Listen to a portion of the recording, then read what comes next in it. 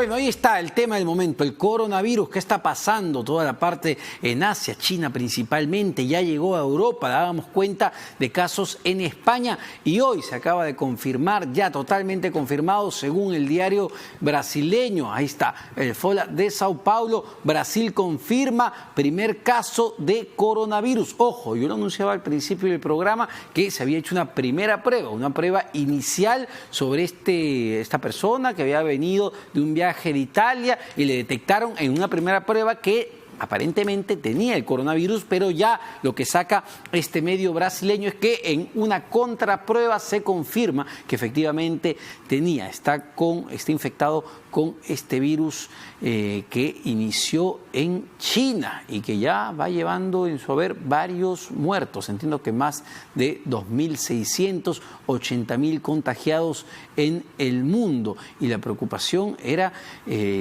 su llegada a Sudamérica. En este caso, el caso de Brasil es el primer caso en América Latina. Estamos ya aquí en estudios con Juan Astuvilca Supel, es secretario del Colegio Médico de Lima, que le agradecemos por acompañarnos esta noche.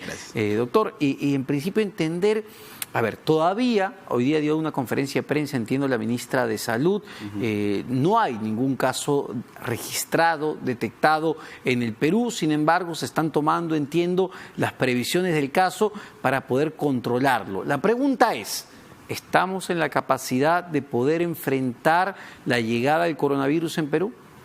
Y creo que hay varios factores que tenemos que tener en consideración para afrontar una epidemia como esta que se está dando ya en China y que definitivamente se está diseminando a nivel mundial, ¿no? En este caso, el factor principal es si nuestro sistema de salud en general está preparado.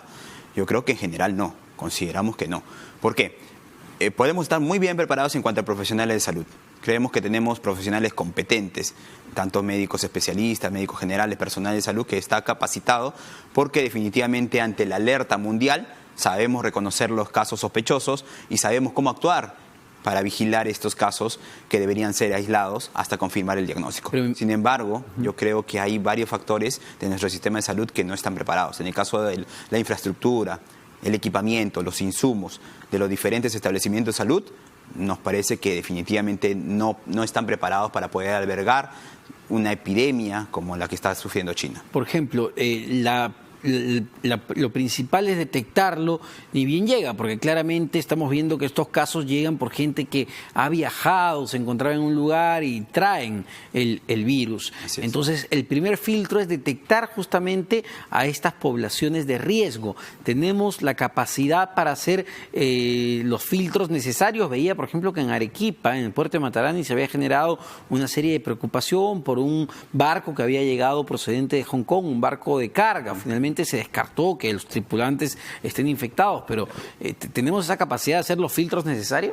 Mira, yo creo que nuestra población, nuestro personal de salud en general, creo que está bastante bien informado sobre el tema. Y sí, para hacer este primer filtro de detectar los casos sospechosos estamos preparados, porque es básicamente corroborar la sintomatología, el nexo epidemiológico, el contacto de haber estado en un país que ya tiene casos confirmados o haber estado en contacto con alguna persona enferma, pero además también pues el tema de estar preparados respecto a cómo afrontar esta situación. Ya, es decir, en los filtros quizá podamos estar bien capacitados, pero en el tema ya de los hospitales, nuestros hospitales en Perú y a nivel nacional, ojo, ¿están en la capacidad de atender estos casos? No, definitivamente no.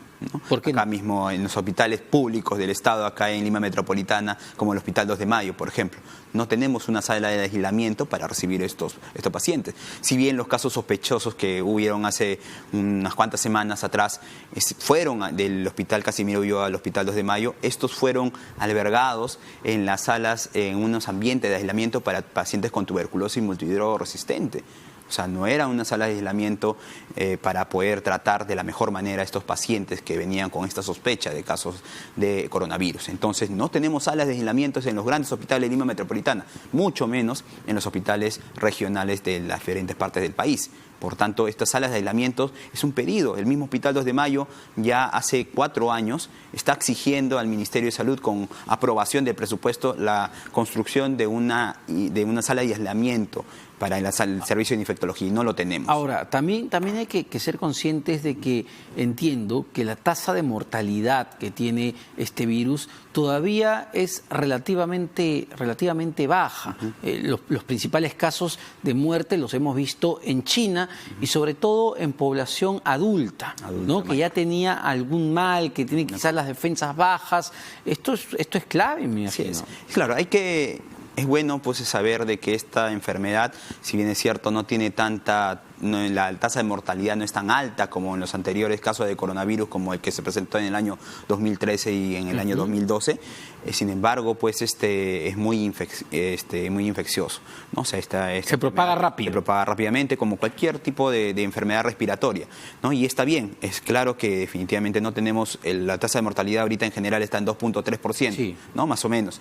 Pero esta bajo, tasa ¿no? es bajo, yeah. Así es bajo, o sea, la cantidad de muertes es baja, pero esta va aumentando conforme aumenta la edad. Y además con las comorbilidades, un paciente diabético, un paciente adulto mayor que tenga una enfermedad respiratoria, ¿no? Un paciente que tiene las defensas bajas tiene mayor posibilidad de sufrir casos severos. En general esta enfermedad, esta infección por el coronavirus, en la mayoría de los casos, más del 80% de los casos son casos leves, como un resfriado común, que pasa de manera sencilla sin ningún tipo de tratamiento. Sin embargo, hay un porcentaje pequeño que se complica y que puede ocasionar la muerte.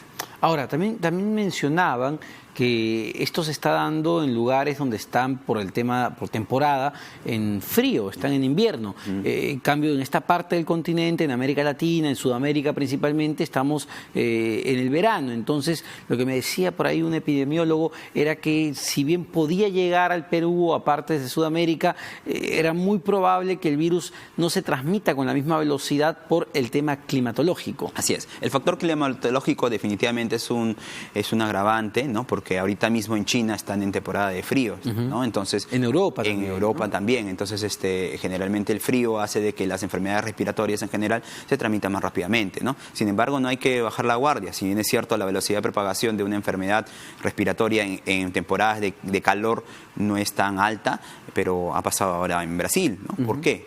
Llega por personas que viajan mucho. Y eso es importante recalcar a nuestra población, porque si bien es cierto, nos preocupamos mucho por el sector público, ¿no? Porque están los grandes hospitales, que están hacinados, que definitivamente sabemos y somos conscientes de que no tienen el mejor equipamiento, la mejor infraestructura.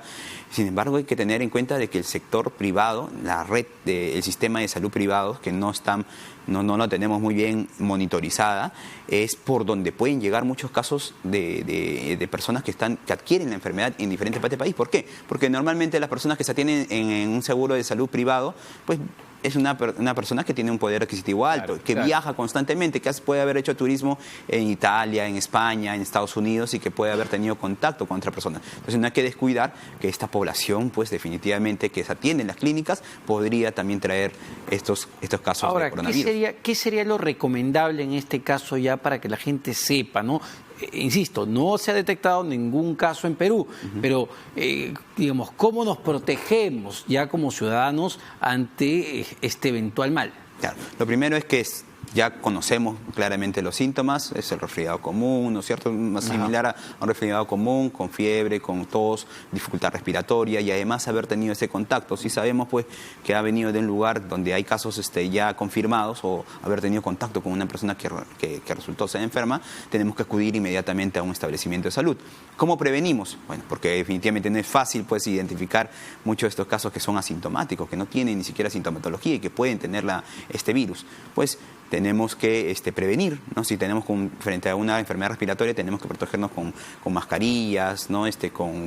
Bueno, en este caso, las personas lavarse las manos, ¿no? Porque lo importante, la higiene del lavado de manos es muy importante para poder prevenir la transmisión en general de enfermedades respiratorias, porque no sabemos que dentro de esas enfermedades respiratorias puede estar, pues, de repente, la transmisión de un coronavirus, ¿no? Ahora, pero también es importante hacer un llamado a la calma a la población, ¿no? Para que no pase, digamos, lo que pasó ahora en Matarani con este barco que llegó, la gente, la población se asustó, los estibadores que trabajan en el puerto de Matarani no querían ingresar al barco a hacer la descarga porque decían, no, este barco viene de China, debe traer unos virus ahí, pero no necesariamente es así. Claro, no necesariamente es así, porque el virus puede estar presente 2 a 3 días en cualquier superficie, en cualquier objeto inanimado, ¿no?